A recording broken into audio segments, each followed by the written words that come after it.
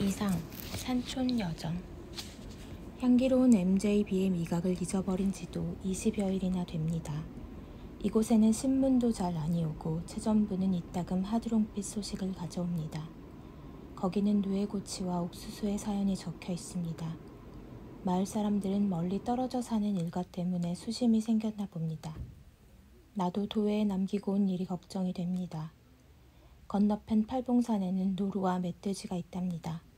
그리고 기우제 지내던 개골창까지 내려와서 가재를 잡아먹는 곰을 본 사람도 있습니다. 동물원에서밖에 볼 수 없는 짐승. 산에 있는 짐승들을 사로잡아다가 동물원에 갖다 가둔 것이 아니라 동물원에 있는 짐승들을 이런 산에다 내어 놓아준 것만 같은 착각을 자꾸만 느낍니다. 밤이 되면 달도 없는 금음치랴에 팔봉산도 사람이 침소로 들어가듯이 어둠 속으로 아주 없어져 버립니다. 그러나 공기는 수정처럼 맑아서 별빛만으로라도 넉넉히 좋아하는 누가복음도 읽을 수 있을 것 같습니다. 그리고 또 참 별이 도에서보다 갑절이나 더 많이 나옵니다. 하도 조용한 것이 처음으로 별들의 운행하는 기척이 들리는 것도 같습니다. 객주집 방에는 석유 등잔을 켜놓습니다. 그 도예지의 석간과 같은 그윽한 냄새가 소년시대의 꿈을 부릅니다. 정녕. 그런 석유 등잔 밑에서 밤이 이슥하도록 볶아 붙이던 생각이 납니다. 배짱이가 한 마리 등잔에 올라앉아서 그 연두빛 색채로 혼곤한 내 꿈에 마치 영어 T자를 쓰고 건너 긋듯이 유다른 기억에다는 군데군데 언더라인을 하여 놓습니다. 슬퍼하는 것처럼 고개를 숙이고 도회의 여차장이 차표 찍는 소리 같은 그 성악을 가만히 듣습니다. 그러면 그것이 또 이발소 가위 소리와도 같아집니다. 나는 눈까지 감고 가만히 또 자세히 들어봅니다. 그리고 비망록을 꺼내어 머룻빛 잉크로 산촌의 시정을 기초합니다.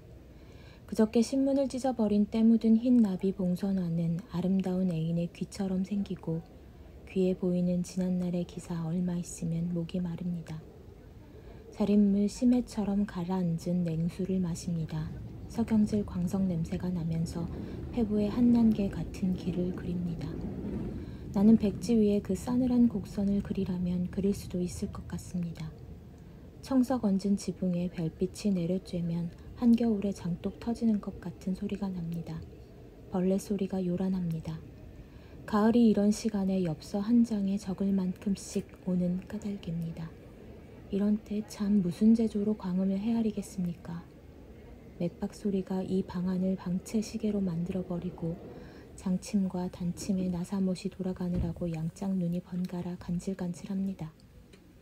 코로 기계의 기름 냄새가 드나듭니다. 석유 등잔 밑에서 졸음이 오는 기분입니다. 파라마운트 회사 상표처럼 생긴 도회 소녀가 나오는 꿈을 조금 꿉니다.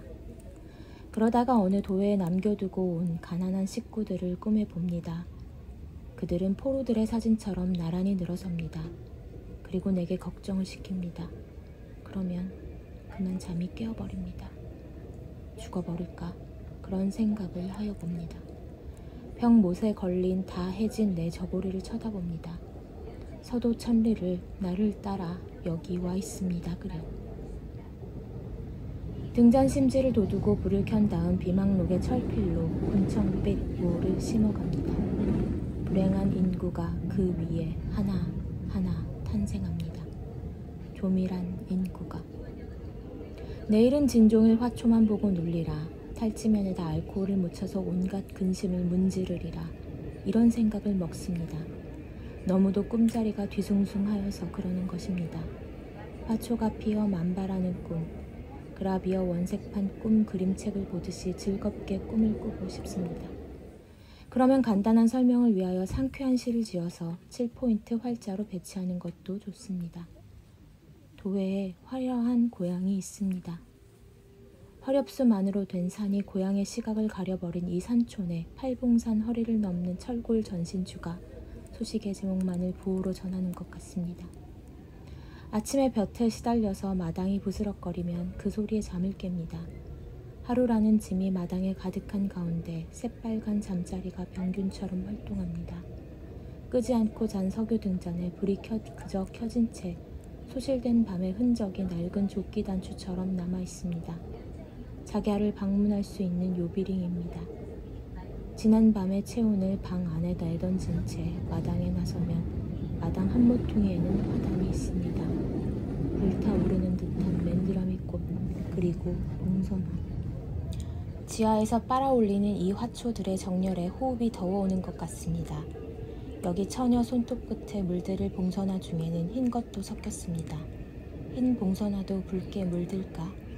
조금 이상스러울 것 없이 흰 봉선화는 꼭두선이 빛으로 곱게 물듭니다. 수수깡 울타리에 오렌지빛 여주가 열렸습니다. 단콩 넝쿨과 어우러져서 세피아빛을 배경으로 하는 일폭의 병풍입니다. 이 끝으로는 호박 넝쿨, 그 소박하면서도 대담한 호박꽃에 스파르타식 꿀벌이 한 마리 앉아 있습니다. 농황색에 반영되어 세실 B 데밀의 영화처럼 화려하며 황금색으로 치사합니다. 귀를 기울이면 르네상스 음접실에서 들리는 선풍기 소리가 납니다. 야채 사라다에 놓이는 아스파라거스 잎사귀 같은 또 무슨 화초가 있습니다. 객주집 아해에게 물어봅니다. 기상꽃, 기생화란 말입니다. 무슨 꽃이 피나? 진홍 비단꽃이 핀답니다. 선조가 지정하지 아니한 조세트 치마에 웨스트민스터 권련을 감아놓은 것 같은 도예의 기생의 아름다움을 연상하여 봅니다. 박하보다도 훈훈한 리그렛 주인껌 냄새, 두꺼운 장부를 넘기는 듯한 그 입맛 다시는 소리. 그러나 아마 여기 필 기생꽃은 분명히 해원 그림에서 보는 것 같은, 혹은 우리가 소년시대에 보던 떨떨 인력거의 홍일산 받은 지금은 지난날의 사파인 기생일 것 같습니다.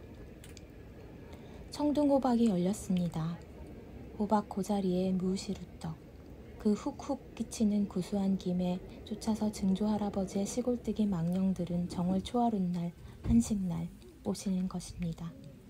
그러나 저 국가 백년의 기반을 생각게 하는 넓적하고도 묵직한 안정감과 침착한 색채는 럭비구를 안고 뛰는 이 제너레이션의 젊은 용사의 굵직한 팔뚝을 기다리는 것도 같습니다. 유자가 익으면 껍질이 벌어지면서 속이 비어져 나온답니다. 하나를 따서 실끝에 메어서 방에다가 걸어둡니다.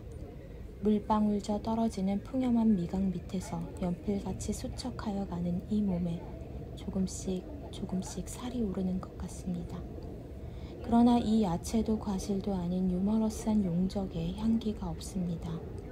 다만 세숫비누에 한 겹씩 해소되는 내 도회의 육향이 방 안에 배회할 뿐입니다.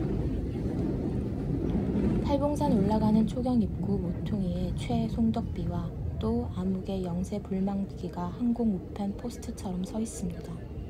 듣자하니 그들은 다 아직도 생존하여 계시다 합니다. 우습지 않습니까? 교회가 보고 싶었습니다.